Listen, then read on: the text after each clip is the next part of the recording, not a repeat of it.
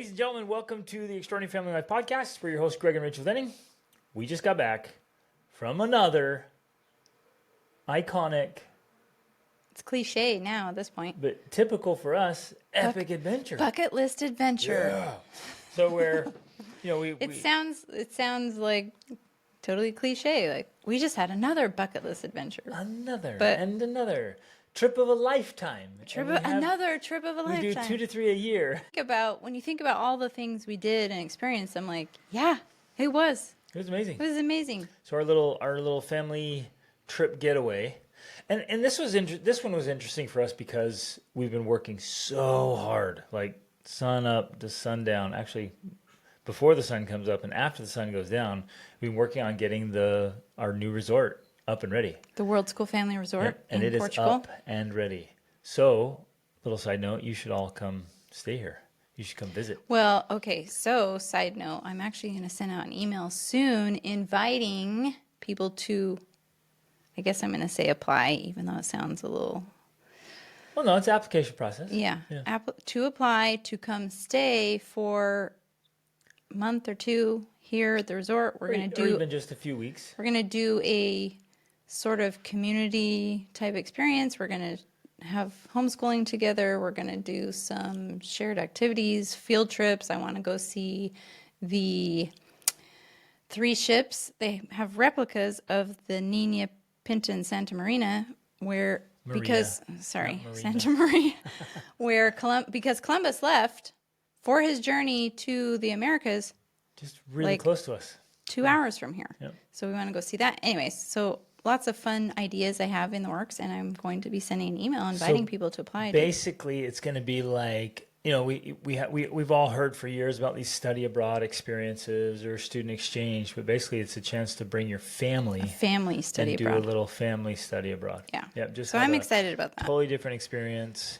And just come experience the awesomeness of southern Portugal. Mm-hmm. Love it. So come stay here. Anyways, we were working so hard on that for about 3.5 months. It was just go mm-hmm. hard. And we knew it'd be temporary. We're getting ready for the summer rush, and it is chock full. The resort is booked out every day, super crazy full. So full, in fact, that we are living in the basement. Catalyst. Well, we're in the basement. And it was part of our catalyst, like, let's just go. Let's go out and have our family adventure. So it was like a reward at the end. It had already been planned. It was on the calendar for almost a year. Yeah. So we had to do it, quote unquote, had to go. Poor us. Also because we were leading a trip there. So we already had people signed up to go on it. But with that context of having worked so hard on the resort, it was nice to take that break. And it was nice because we had to test out our systems, like to see, because us, we love to travel and we want a home base. This is a home base that's also a business, another business. And we didn't want it to tie us down. Like, we still wanted to be able to travel. So this was a test. Like, can we leave it with our employees and have it function while we're gone, while we're literally off grid? Because, there's times in Mongolia where Kazakhstan and China. There was almost 2 weeks when we really didn't have very much internet access at all. Yep. And then, in Beijing, it was limited because they have all sorts of restrictions. And it worked. I'm so happy about that because it literally worked. We have systems in place that made it possible for them to completely run it while we were gone with little to no interaction from us. And we had over 30 animals that had to stay alive. They are taken care of. All of our new plants. They all stayed alive. And all kinds of plants that had to be watered. Nothing died. I was like, amazing. Yes, success. Yeah, so amazing. And that's just for those of you who are business owners and entrepreneurs, man. There are a few things as valuable as good workers, good team members. And good systems. And good systems, that support both that. And we have 5, we have one virtual of 5 that they are amazing. Yes, and they make so many things possible. So anyways, we went out, we spent a full day, and I think we've mentioned how we created the flight plan. It was just randomly pieced together by Rachel's, how shall we say, expertise, just like the awesomeness of where are their flights? Where could we go? So we ended up with a day in London, which is So a so trip that fun. was supposed to be to Mongolia and back ended up taking us to 5 countries Yeah. because, honestly, because it was a lot cheaper to do that, including all the added days, than direct flights from Lisbon to Ulaanbaatar, Yep. Mongolia. It was So, I mean, it was like bonus, bonus layovers, bonus which we layovers, all bonus love trips. because we get to see cool new things. So we got to experience So London. we went which to was London for Hyde several Park, hours, like stood which out was to me. fun. Yeah, the I kids loved it. I loved. Yeah. And well, the kids just crazy loved. They're in the trees, and there's all these big. I don't know if they're willows, weeping willows, but there's these big trees where the branches hang down to the ground and they create these little playground caves, and the kids loved it, and so I loved it. It was awesome. Hyde Park was really special. Then 4 days in Kazakhstan. Kazakhstan, We our spent first four time there, days, and yeah. the mountains, the people, the food. Gorgeous country. Loved At least Kazakhstan. where we were. We flew into Almaty, and that's where the mountains are. That's where the lakes are. I mean, it gave me a lot of like Colorado, Yeah, Rocky Mountain vibes. gorgeous. Very beautiful, and very few foreigners. I mean, we saw some Russians and other, But only white very people, few. No but, English yeah, anywhere very. at all. Nobody spoke English. Yeah. Actually, there were a few people that would say, "Hi, how are you? Welcome to Kazakhstan." Like that was about it. But yeah, great experience. They had pretty good food. We tried horse for the first time, which I was hesitant to eat, but it was actually pretty good. All the kids tried it too, which I was amazed, and they all said, "Oh yeah, it's good actually. It tastes like a steak." So we did that, and then also tried Georgian food for the first time, which was Wow. really There's an good. authentic Georgian restaurant there that was amazing. Makes me want to go to Georgia now. It's higher on the list. Yeah, so Kazakhstan was great. I totally recommend it. Yep. And then, of course, Mongolia. 10 days of pure wonder and bliss. And I don't know if it was all wonder and bliss, but it was definitely 10 days of adventure. That's for sure. yep, it was a little beyond your. I'm not going to lie. It was in a lot of ways a challenging trip for me, which is a good thing. It's good to have challenging trips, but it was lots of rough roads yeah. in a Russian van, Yeah. no AC, heat, dirt, like dust, bumps. bumping around. The food was not amazing. It was okay, but not amazing. And The best, I think, is when they brought a live goat okay, with us. yeah. They let us watch the entire process. Oh, wait, let's get there because, yeah, I want to talk about that. I guess that's part of the reason why, and we've talked about this many times before, the most memorable places and sometimes our favorite places are actually the places that are the most difficult or challenging or foreign. Yep. And Mongolia is one of those places, and so everything's different and everything's unique. But the reason why it was so valuable is because of the sheer beauty. Like you're riding in these Russian vans on dirt roads for days, and it just goes on and on and on. And I kept talking to people. I'm like, it's like Scotland and Ireland and Iceland and the Rocky Mountains all combined into one vast country, and we only saw a very small part of it. Tiny fraction of this country. It's huge. And you'd get up on these hillsides and you literally could see forever. Yeah, but then there's also mountains and there's forested places and it has like everything. And it really did remind me of all of those countries. And it's just incredible. And there's more animals than people. It's I think the least densely populated country on the earth, right? Yep. It's just incredible. Yeah. So that's what made it worth it for me, was just the beauty. And then, of course, the highlight, I would think, for everybody, including myself, was the horseback riding. So we did 2 days of horses, which originally I thought we were going to do more, and I wanted to do more, but 2 days was more than enough because we were all for bottoms extremely that are not used to sore. Yeah. Well, I think it's interesting that we were all sore in different places, depending perhaps on, I don't know, our own Lack weakness. of riding skills. I was sore in my knees.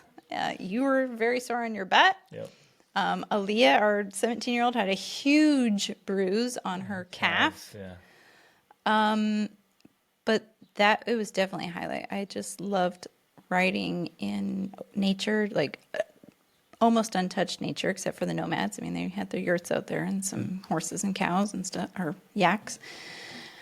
It was just We gorgeous. had fresh But yak cream that morning in yeah, the middle of nowhere. and we tried the fermented mare's milk, and we tried the fermented cheeses, which I hate, but you I like. love them. I brought home a bag, I know, a big bag.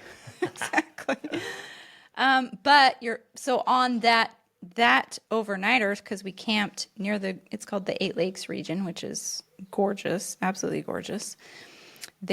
For our dinner, they brought a goat. Now, it was live when it first joined our party, and they just threw it in the van live. And they're like, oh, this is dinner tonight. And we're like, okay. And then at the place where we got on the horses, that's where they slaughtered it.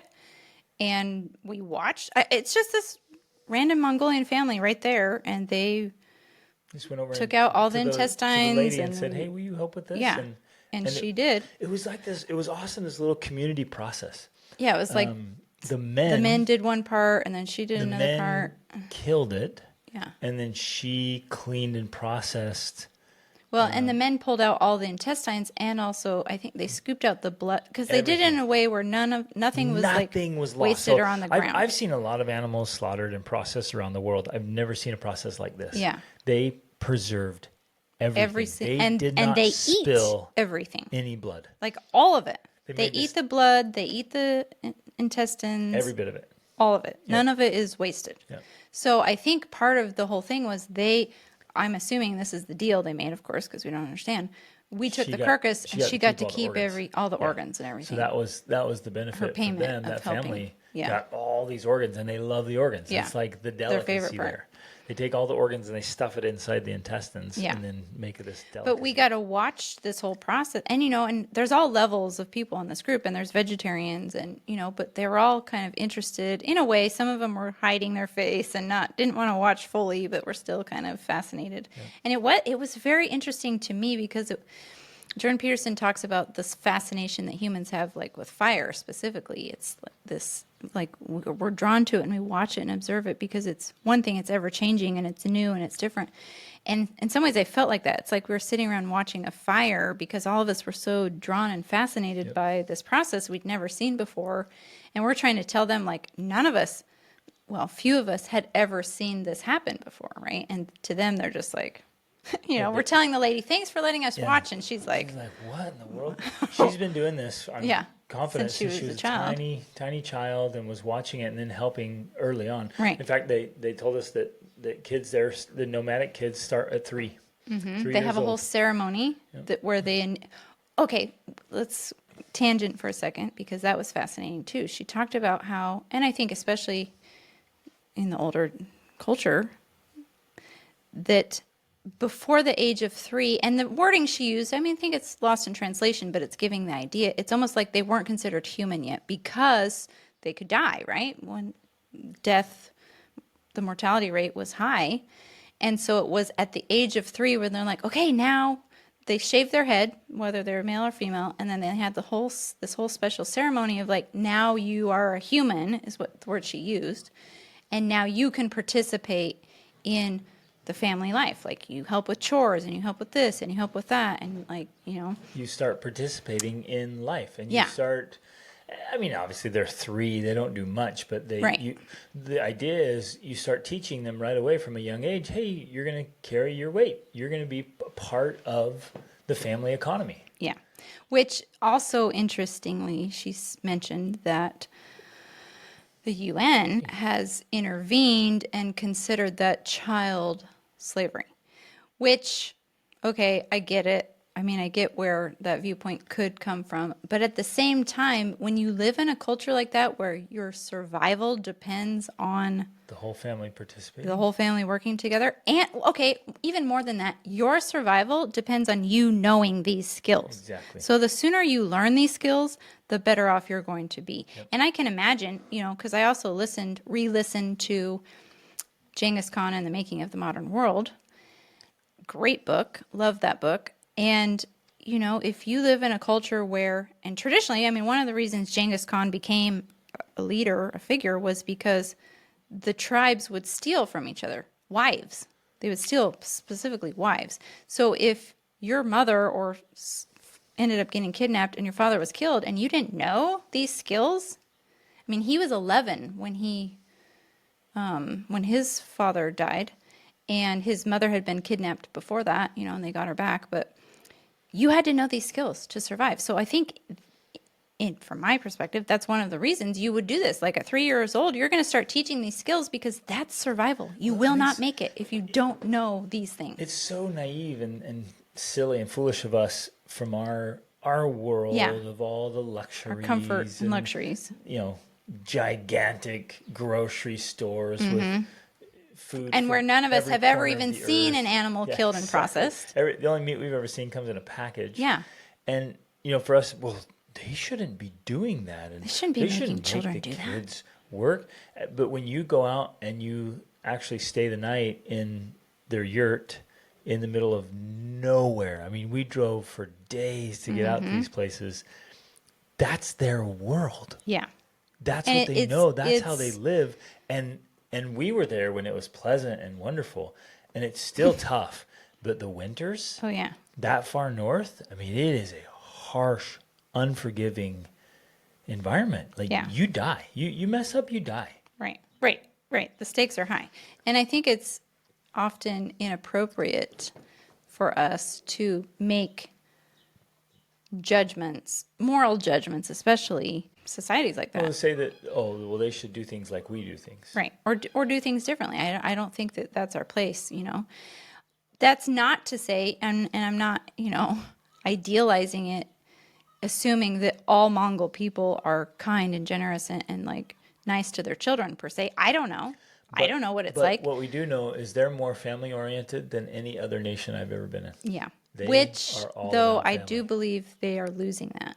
Depending, from because what I heard from because your of- first trip 5 years ago Till now, massive I feel like transformation. they're losing their diet because they're embracing more of the SAD diet, the standard American diet, and I think they're losing some of their family culture. It's all because of social media. Yeah. They even said that. They said with the prevalence of social media, it's transforming they're losing the good part of their culture. Well, because one of the things our guide mentioned was that now more young people are seeing social media and they're like, wait a second, there are people who live their entire lives without getting married or having children. Like they didn't know that was a thing. And now they see that as a quote unquote option. And so they're thinking, oh, I'm not going to get married or have And kids. I think that's worth talking about for a second because it's easy on social media to portray the highlight reels of a single life. The single carefree life. Right. No responsibilities. I do what I want when I want. This is life. And that's being portrayed in many, many ways in not just our society, but many societies. And you can see the allure on the surface of a low responsibility life. Right. Like, wow. It's like there's this. Well, it's like Peter Pan. Yeah. Neverland. You never grow up. Like, why would There's I grow an up? allure We to could that. just play all the time, have whatever I want, Right. be lazy. Like, why would I work when I could just play? Why would I have responsibilities when I could just live this carefree existence? And I have legit seen reels on Instagram, and there's a term they have for, I can't remember what it's called, but something like a double income, no children couple, and reels of their life. They're like, maybe that's what it is. We're a dink, double income, no children. I don't know. Maybe it's something like that. We're this, and look how amazing it is. And it literally, to me, I'm like, so sad. It's not sad. I'm like, you're children still. You are literally children because they're showing all these things they get to do. They're playing and they're staying out late and drinking and they're like, no nap times, no bedtimes, no. And like they're highlighting all of their lack of responsibility, right? And I'm like, celebrating you're it. still children. And like Jordan Peterson says, you can't fully become an adult unless you have children. Because when you have a child, now someone else's life depends on you. That's when you finally grow up. And it's real work. Like anybody with kids knows it's real work, but it's also real reward. Yes. Right. More lasting reward than you could ever find in all of the frivolity of fun One of the greatest things we do in life is to take on more responsibility because it forces us to become more capable.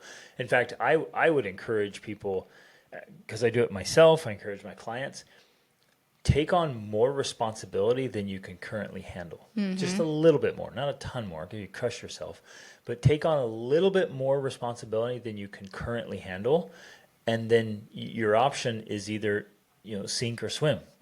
And because you want to survive and thrive, you end up learning how to swim, and you literally increase your capacity. Yeah. And so at the other side of that, you're now more capable and more competent, and life is better. It's more rewarding. You have more, you can do more, you are more, you've become You've more. become an asset. Yeah. Right. But this frivolous, Vapid. frothy existence, there's very little substance, lots of fun and entertainment and no responsibility. From the outside, you're like, that looks amazing. I want to try that. But it's empty. Well, right. So back to the single people in Mongolia, that's what they're seeing. And this applies to all people on the internet. They're seeing this highlight reel and they think, oh, that looks more attractive. Yep. That's what I want to do. But you're missing behind the scenes and the end of life where you reach this point where you're alone. You have nobody. Utter Especially emptiness. if you also have no relationships, which is more and more common. You've got nobody and you've got nothing. Which kind of, it reminded me of, because there was this part towards the end of our trip in Mongolia where this German lady joined partially for a day because she was beginning a month-long, 35-day adventure exploring through Mongolia with 2 guides that had been with us that then joined her. But that was it. She has no one else. And this isn't, Greg and I don't try to be judgmental for the sake of being judgmental, but we do make judgments based on our understanding of human psychology and relationships and stuff. If you're doing a trip like that, it's most likely because you really don't have anyone in your life that you could do something like that with. And the contrast couldn't have been more palpable. Yeah, because it was actually huge. you and I are there with all of our, not all of our holding children, hands, 5 of our children. experiencing this wonder together. 5 of our children with us, experiencing it all together. And all of then this group of how many youth friends? that were like lively and fun and 13 playing. Amazing human beings. Yeah. It was one of And our another favorite family. trips. It was It just was great. solid people. So we're there with our friends. Yeah, another family came. There's just a great group of human beings all together, just embracing the joy and the wonder of adventure and travel and suffering and fun all together. And then to see her just alone. And I talked to her a little bit, and she just wanders the earth alone. And wow. Well, and of all the things I suffered when I was out on my own, the hunger and the fear and the desperation and the discouragement and all the pain and suffering and the doubt and the hopelessness and the helplessness, the worst thing I experienced was loneliness. Loneliness is horrible. It is, I think in some ways we could argue it's the supreme suffering.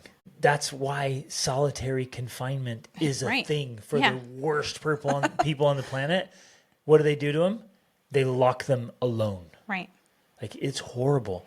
And yet some of us inadvertently Have locked ourselves up. Yeah, we lock ourselves up. We choose our own solitary confinement. Most often, in my observation, because we don't figure out how to have good relationships. Yeah, we haven't don't make the changes to stay in relationships, to Exactly. earn the companionship of another quality human being. Exactly. And that's so true. For too many people, they just view the problem being with, for example, the opposite sex. Like, men are the problem. Or we've heard people say, women are the problem. Being married is too hard. That's why I just got a dog instead. We've literally had people tell us those things. It's true. It is true. A dog is way easier than a wife. Exactly, right. Yeah. If I'm trying to avoid responsibility and pain and frustration And go for the easy difficulty path. of living with a woman, Right. yeah, I'll take a dog. Picking a dog. All day long. That's why it's called man's best friend. Exactly. It's like, yeah, the dog's always happy to see you, even though you're lame. Right. Yeah, Exactly. even though you're angry, you can beat the dog But and a the dog will wag woman its tail. is not. Yeah. She expects you to be more. She expects you to be your best self. Yeah. So that is the challenge of relationships. You're dealing with another person, and the problem is people want someone who will just love me the way I am. That is not what relationships are. No. Relationships will challenge you to become a better version of yourself. That's interesting. That's really good because that is another form of this avoiding responsibility. It's we don't think about it that way. It doesn't, we couldn't articulate that. But desiring, if I want you to just love me just as I am, to accept me as I am, and not have any requirements of me, that's another form of avoiding responsibility. Avoiding, facing the challenges, difficulties, facing my own weaknesses, doing the hard work. I'm like, woman, just stop. Just let me be what I am. You should just love me as I am. And for the record, before we even got married, long before We were engaged, I think. Were we engaged when we talked think about so. it? I was like, babe, I will never, ever ask you to love me as I am. Because that's just a cop-out.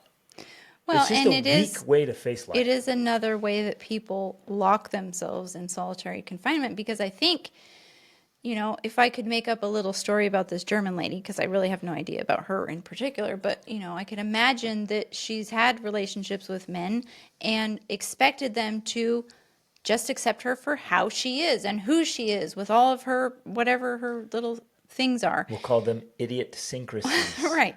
And again, this is a fictional story that We've seen is pieces too of, often We've seen this played out. over Yeah. 20 years as we travel Exactly. all over the world. And the reality is, if you continue to live like that and to insist that others love you for the way you are, flaws and warts and all, that you never better yourself so that you can actually stay in a relationship with another person, because that's ultimately what is required. You have to make changes and you have to become a better version of yourself.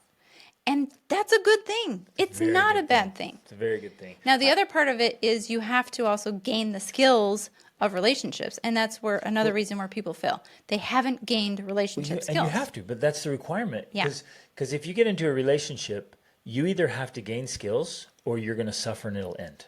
Right. Those really are the options. Exactly. You got two paths. If you want a relationship, you get into relationships, you either better figure out how to do it well so it's tolerable and even enjoyable. Like if you want a phenomenal relationship, you have to just keep leveling up. Yeah. And then you're like, okay, this is great.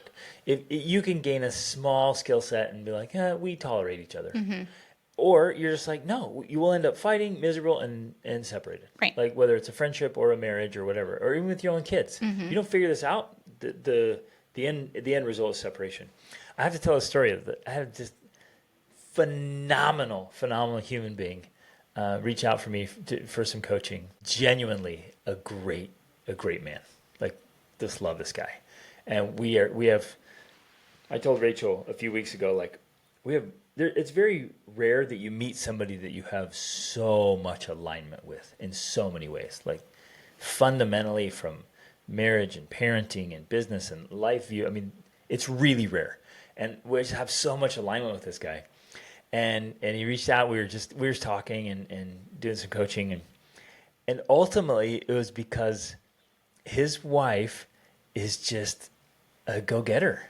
And just, well, I was telling him that she's like you. And just high standards, self-respecting, competent, capable. And with all of that comes high standards and demands. Like, you're not going to allow me to just slack off. I can't go to you and be like, no, babe, let's just take it easy. No, I could never see you Life's- ever doing that. right. But life's just meant to be enjoyed. Just let me have a few of my little lazy, like, it's never going to happen. And even when I'm putting forth the effort, like he was sharing, he's like, look, I'm putting in the work, man. And she comes over and she's like, yeah, it's a little bit shoddy. You know, that's your best? I don't think you're trying your best. And it's like, it's just for a man, because if a man who loves a woman, that woman's words carry weight. And the slightest thing you say gets in my head and stays there. And so if I'm busting my tail, I feel like, yeah, I'm crushing. And you walk over and you're like, ugh, have you started working on this yet? And you're like, I've been working on this for weeks, woman. Like, this was my best effort. And you're like, ugh. It looks like a child did that. You haven't even started working on it. Like, that's the biggest kick in the nuts, right? And he had experience like that. He's like, I thought I was doing so great. My wife said one little thing, it just shattered my confidence. I'm like, yeah, I get it, right? Because it has that weight. But that's the right thing. Now, I know men who purposely seek out women who have no self-respect because it's easier. Because there's no high standards. She won't make demands of him. If she tries, he'll just kind of pressure her, make her cower, and like, oh, no, you don't, woman. And okay. And she's so desperate and clingy and needy and lacks self-respect. And so she's willing to tolerate his idiosyncrasies, right? Or his just pathetic behavior. Right. But a strong woman won't tolerate that at all. And many men cannot or will not handle, rise up to the demands of a self-respecting woman. Now, we're not talking about a tyrant or a dictator or a crazy Sometimes woman. it's a fine line. There's a fine line. It's true. There's this fine line between a woman, holding high standards and becoming just an absolute tyrant. We're not talking about that. But I think this is fitting in this whole idea of like, no, if you want a good relationship, buckle up. Right. You're going to have to do the work. Yeah, on both sides. And Absolutely. It's exhausting and demanding, and we'd druther not, right? You get in the druthers. You'd rather not do it, but what's the alternative? Right. Well, it's a form of solitary confinement, really, is the alternative. And that to me is, what I see when people are alone. And it's not to judge them as being a bad person, because it has nothing to do with being a good or bad person. You can be a great person, but if you don't have the skills and you're not willing to make changes, and sometimes that's why people don't. They're like, I am a good person. Why should I change? And that's not the point. Being a good person has nothing to do with whether or not you can improve. Exactly. Or having a specific skill set. Right. I was working with another coaching client, same thing. He's like super, super good guy and struggling with specific aspects of parenting. It's like, yeah, dude, this has nothing to do with you and you being a great guy. Right. It is a very specific set of skills. Exactly. And you have to develop. If you want certain outcomes with your kids as a parent, you have to get a very specific set of skills and tools that makes that work. But you're right. I think we often connect that with like, well, I'm a good person, or if I'm failing, then I'm a bad person. It's like, no, it's not connected. Really it just has to do with the skills you have not developed, really. Yeah. Okay, so that was kind of a tangent. I don't know if there was something else you wanted to say about the goat. It was just delicious. It was actually the most delicious goat I've had. They took the entire goat. They built this bonfire up, and you guys, look at our Instagram and see the pictures. It was this. We were sitting on this little kind of plateau area with a view below us of the lake and the mountains and the sun setting, and they made a big bonfire. They put rocks in the fire. Then they had this giant, I don't know what else to call it, but like a giant milk can. It was like a metal before milk that, can. though, they threw the entire goat in the fire. Well, they threw the goat in the fire to and we're like, burn off the skin. They burn off all the skin. They scrape it down and wash it.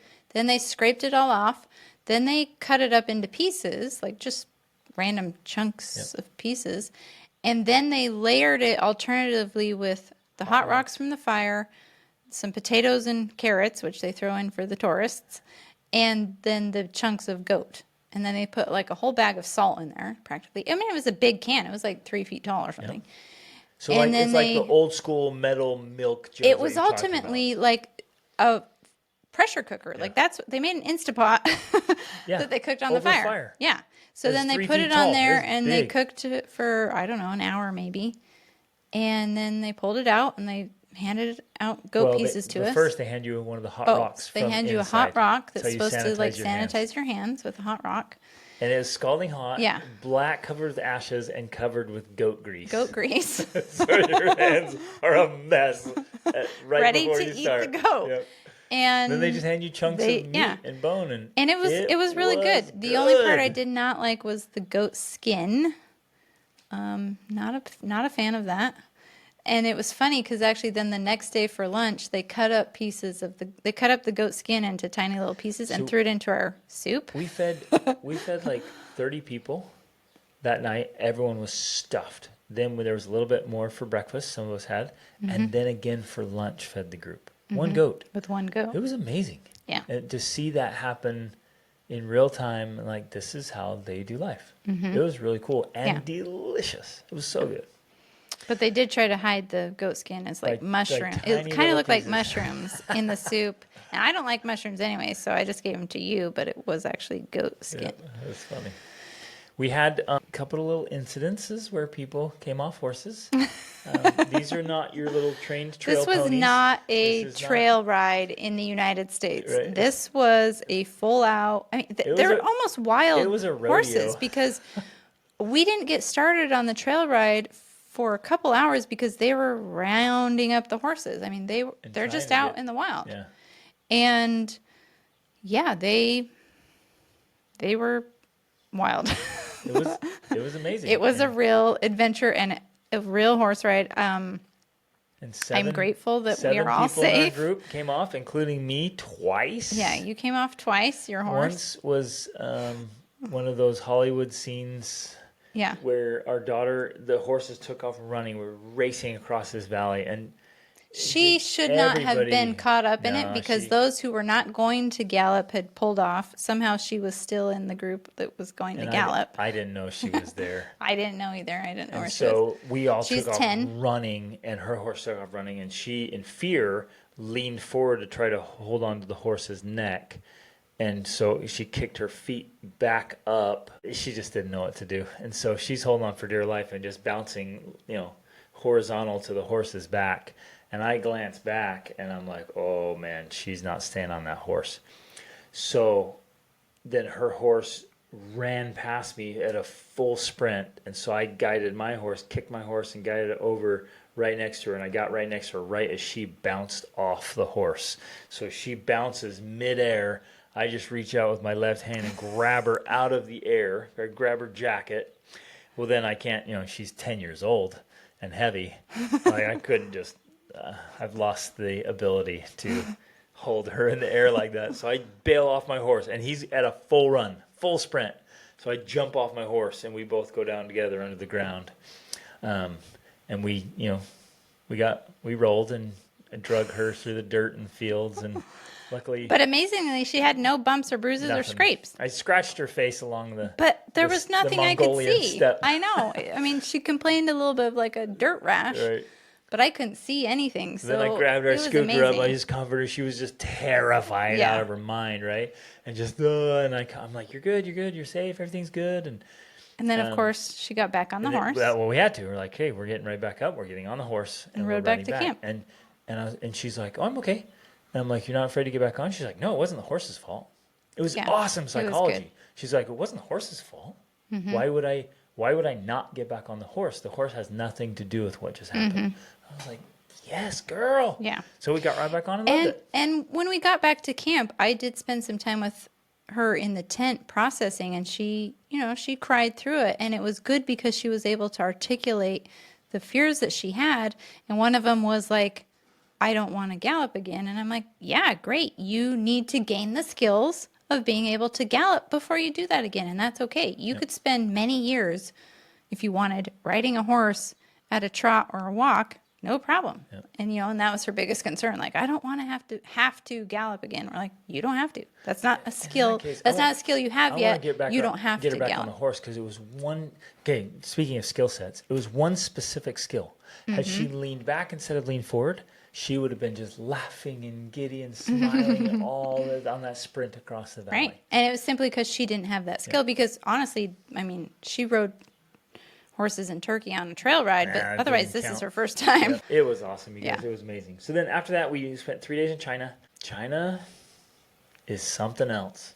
I mean, I like it. I like Beijing. It's beautiful and great infrastructure. We went out to a less touristy, less Part of the popular wall. part of the wall of China. Yeah, So by a lake. like there weren't any tourists out there. It was just locals and no English. Chinese really. tourists. Yeah, and it was awesome. But man, It was, so it was hot. a unique experience. I also think China was challenging. I think it's probably one of those more challenging places to visit as a foreigner because it is completely opposite from the Western world. Like, and this is something we were talking about with our kids. Like it's almost like the whole operating system of China is completely opposite from what we know. So we use Google Maps and we use Uber and we use all these different things. And we use credit None of cards. that. And we use credit cards. And- None of that exists Yep. in China. So we had a hard time paying for things because they didn't accept, some places did, but few places accepted our credit very few, cards. yep. So we had to learn how to download their apps. They use Alipay and WeChat. WeChat. Which was awesome. It was a fun experience. It was. Look, It was. There's billions of people here operating on a completely different system. Let's just figure out how their system works and see if we can use it. Yeah. And so that was a cool experience for It our whole was. family It was to still navigate frustrating that. because it didn't always work Yeah. for us because for some reason over a certain amount it didn't like our cards. American It wanted a cards. Chinese credit card. So, but yeah, just And then restaurants. And Restaurants were hard. interesting. There was restaurants everywhere, and we're like, yeah, let's just get but some they were great all food. Chinese It restaurants. was And it was not the Chinese different food. we were man. used to. And we Exactly. did eat at one fancy place that we accidentally found, and it was fantastic. Like the meals were done so well, so well on the little sea right near the Forbidden. Yeah. City. Yeah, that was nice. That was and awesome. we happened upon it by accident. Yeah, it was so good. But a great experience, and then a day in Qatar on the way home, Yes. which it was like 45 degrees there. 45 degrees Celsius, which is about 110, 115. 120-ish. I don't know. I think 50 degrees Celsius is like 122 Okay. or something. Yeah. So it was, anyways, it was was great, hot beautiful, And but humid. so Not wealthy, humid there. It was humid so in wealthy, China. so well developed. So I mean, it reminds me of Dubai. Yeah. Just beautiful buildings and structure. And our hotel was off the charts. Yeah, our with hotel was amazing, and I booked it because it was one of the cheaper places for our group size in Doha, the capital. But man, the breakfast that came included with it was one of the best breakfasts I've ever Yeah, seen. it was incredible. And we had some great breakfast in Norway. Like this was a really good it was breakfast. great, and it's right on the water. Doha is right on the water, and the water color, the turquoise, the beaches, the buildings. It was awesome.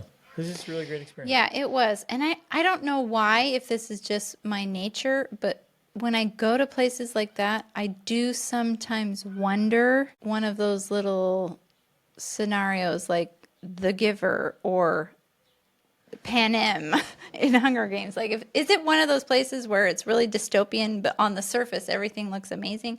I don't know. This is just a Yeah, we know nothing. we don't have spend enough we know time. nothing about it, But but we sometimes I'm like, it's so perfect. It's almost too perfect. in that place particularly, massive amounts of immigrants.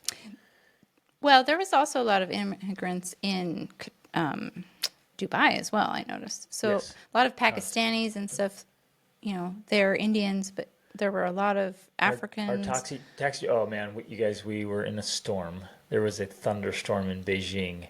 We sat in the airplane at the airport for 5 At the gate. hours. At the gate. We didn't even move. For 5 hours, we of a sat on the plane thunderstorm. and then had to take a 9-hour flight. So we were on that plane for 13 hours. It was miserable. It was rough. And then we got to our hotel like 4 a.m. Yeah. in Doha. But our driver that morning was from Tanzania. Yeah. And we'd just been in Tanzania in February, so we talked to him. It was fun. And then the next morning, the guy was from Uganda. One of the neighbors was from, neighbors, I say neighbors, in the hotel. He was from, I forgot already, some Can't help you. awesome place around the world.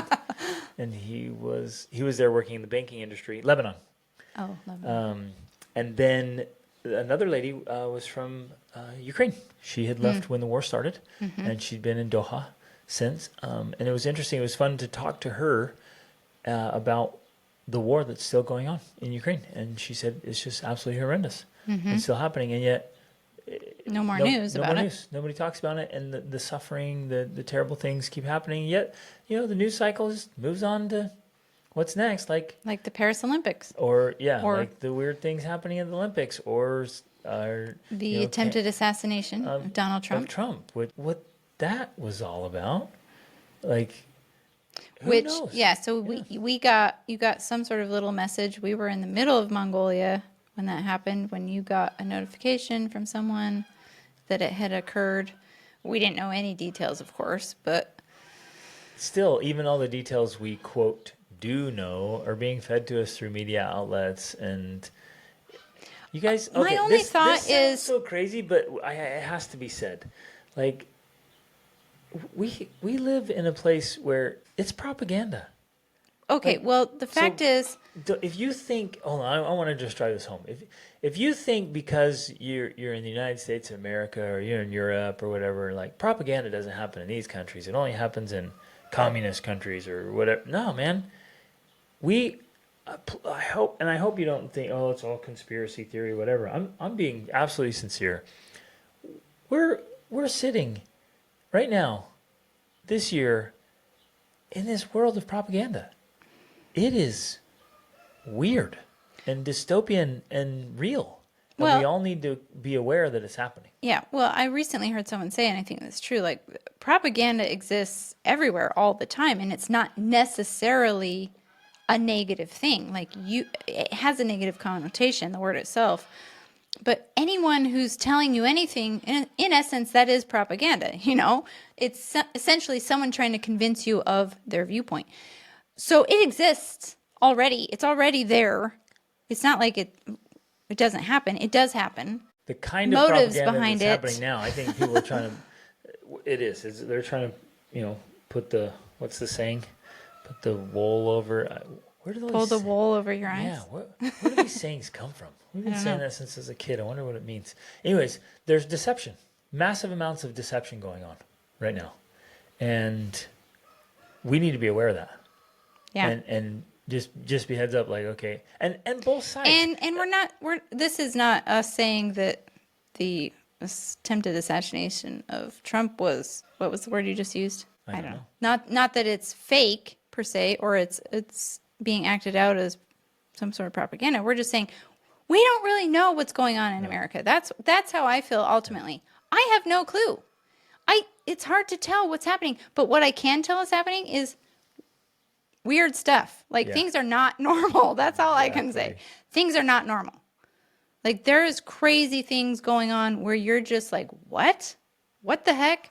What is going on here? Yep. That's mostly what I have to say about it is Agreed. I hope that all of you listening, I think we can all just agree, like, okay, strange things are happening. yeah, Like, strange things are happening. These are weird times, interesting Exactly. times. There's and let the strange things be a warning to us all that they're symptoms of underlying problems. Exactly. Let's right. be aware there's underlying problems. Now, I know. Let me throw out a little warning here, because I know some of you. Okay, in our listening audience, right? Some of you are going to be like, I know exactly what's going on. Evil tried to stop Trump, but God protected him, right? And then other sides are like, no, it's Trump's the devil. That's why God sent a messenger to kill him. Does the other side believe in the devil? Oh, maybe not.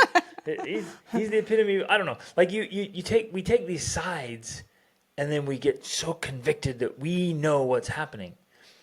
And there's always so much going on behind the scenes that we got to say, well, nah, I don't know. Like, I have already read several different accounts behind just the shooting. An example. It's like, whoa, there's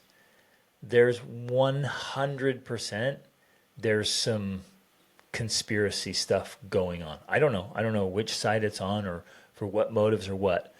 But and this isn't conspiracy theory, this is conspiracy. There's conspiracy going on, and I don't know to what end.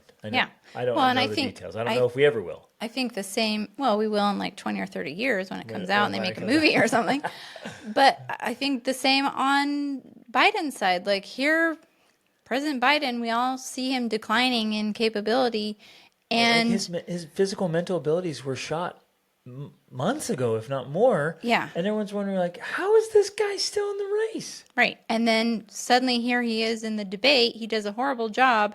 And, oh, yeah, now the left acknowledges it. And let's just put Kamala in his place. And like, how and why does that happen? Yeah. If someone's running for president, why should he just be replaced by someone else? Right. Like, if he can't run anymore, he should just drop out. Right, and How- somebody else should do makes his no place. sense to me. And hold on, this is starting to sound like we're getting political, or we're in favor of one of those guys over I the mean, other. I am by default of What? Who are you in if favor I of? had to vote, I would vote for Trump only because Biden's not capable. Right. Okay, but he's But out. not He's that out. Trump is, he wouldn't be my first choice if I had to pick among everyone in the world. I wouldn't pick Trump, that's for sure. That's for very sure. I, And I have a hard time voting for someone who's not one of the major candidates because I just really feel like they don't have a chance, unfortunately, because I think that our system is just, it's so. it doesn't work as Yeah. it should work. This isn't political. I know some of you are going to be feeling some frustration, anger at us that we're not in favor of your party line or your candidate, whatever. I don't know. I think if I had to pick somebody right now in the running, I'd probably pick Kennedy. He seems Yeah, like no, the and most I solid agree. guy. I could vote for Kennedy for Yep. sure. I think he's a good option. There's that other guy, the Indian guy. I can't remember his name. Yep. Cool. Anyways, but this isn't political. This isn't taking Everything's sides. political. That's true. It's all political. But I'm not sitting here saying one's better than the other. I'm just saying we live in weird times. Like strange things are happening. And Dystopian times. I think legit, it's dystopian. Yep. And I think it's important for all of us to be aware that when strange things are happening, that really strange and consequential results are coming. They're on the horizon. So it doesn't matter what happens, which one of these clowns gets in. Like there's big stuff in play right now that will be coming in the next few years, where there's going to be some massive consequences. You guys have heard us talk about the fourth turning. If you have not read that yet, the fourth turning is here or is now. Read that book so you have an understanding of the historical. Which is the updated pattern. version of the book they wrote back in the 80s. In the 90s, wasn't it? 80s or 90s, yeah. So it's a real deal. It's a historical pattern. It's just interesting times. So that's where we're at in the world. And the best thing we can do is to prepare ourselves and prepare our families. So Okay, which actually reminds me, because we were talking about this before. I mean, as part of building relationships, it's essentially making yourself into an asset. And that is something that I think is a core philosophy to our approach to parenting, to marriage, to life in general. It's about becoming an asset. You have to make yourself into an asset, meaning you bring more value into this world than you take from it. And too many people today are liabilities. They really are. They just exist as a liability to society, to their families, to themselves. So you have to be intentional about gaining the skills and the training and the education to be an asset to yourself, to your family, to your community. And that right there is what ultimately makes a difference. That's going to make the difference in your marriage. It's going to make the difference in your parenting. It's going to make a difference when hard times come, because they're coming. And even in your own lifestyle and your oh, enjoyment absolutely. of life. Absolutely. It totally does. And so, but it reminded me also that we're calling it an asset training, for lack of a better I'm phrase. so excited about Yes, we're this. having an asset training here at the World School Family Resort in November. It's meant to be for anyone, really, men, women, teens over the age of 16 probably, because we're going to do some like simulations. We have this awesome friend that we have that's coming who has tons of medical skills and training. And So we're going to do like emergency medical training, so you know how to stop bleeding and help with respiration and accidents, like just how to if basically it's first aid, and so you don't have to have any experience. but like kind of a wilderness first aid, Right. or a, or austere environment, like Yeah. you're the first one on scene, and you need to help somebody. and you have to improvise a little Yeah, bit. You know, exactly. it's not like you have this amazing first aid kit, which he's going to teach you about a kit you can put together, Yep. but you're not a trained professional per se. Right, you don't have an ambulance at your Yeah, exactly. in your backpack, so you got to figure out how to do it. And then we're going to do combatives and self-defense, how to defend yourself or protect others. Like Teaching about- more and more crime is happening all the time, all over the world. Yeah. Like it's getting weird again, and Well, society's and unraveling. that was the history of the world. Like we have lived through a relatively peaceful period of time where you're not afraid for your life every single day, and it's not a matter of survival. But that has been extremely that's rare in the the- history of the world. Yeah, like you're saying. rarity. Yeah. So it's important for us to understand things. We're going to be discussing ideas like, now I can't. I'm talking about when violence is the answer, and he talks about the different so types good. of violence. What are the names? Yeah. They totally blanked me. I don't know. There's remember. two different types of violence. One of them is He's talking about no, it's asocial and yeah. social violence. Yeah, yeah. So social violence is essentially this idea that if you're going to get in a fight with someone, There's rules. there's rules. Yeah. Even if nobody talks about them, there's certain rules. You're not going to do something that is permanently damaging to this person. Right. Unless you are a psychopath or a crazy person, and then that's asocial violence because you are willing to do things that will permanently hurt or damage or kill someone, right?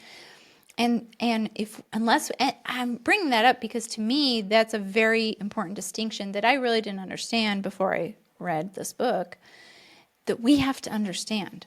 And so we're going to talk through some of that because it's important, I think, especially for women. I think it's important for us to understand some of these things so that we can protect ourselves first by preventing things from going wrong, preventing potential violence, and then when necessary, if necessary, using violence to our benefit so that we can be safe. Yep.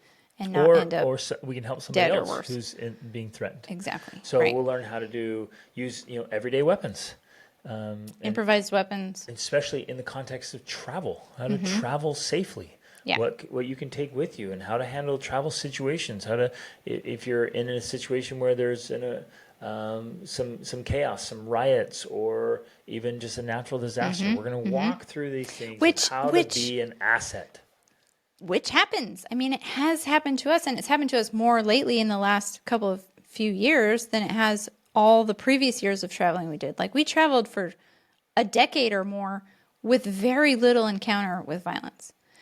But in the last 3 years, I can think of multiple situations where we were actually in a dangerous situation or close to one, like, last year or even this year. It was this year. We drove to France. And we happened to drive through the area where there had been a lot of rioting because of all kinds of other crazy things going on with the farmers and the food chain and all of this stuff happening. But they were rioting, and we drove through, like, we had to get off the main freeway because it was closed down because of the rioting.